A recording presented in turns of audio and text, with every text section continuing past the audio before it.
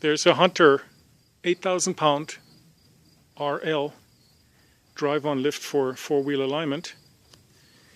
The control box currently positioned in between the ramps, but usually positioned at the end of the runways, has a key lock on it, which the operator can show.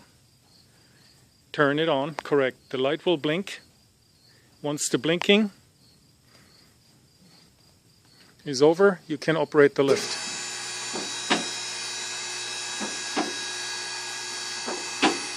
You can stop at any location, at any height, and put it in a lock position with the lock button. Now you can raise it to a different height if you wish so. The hydraulic will hold open the lock.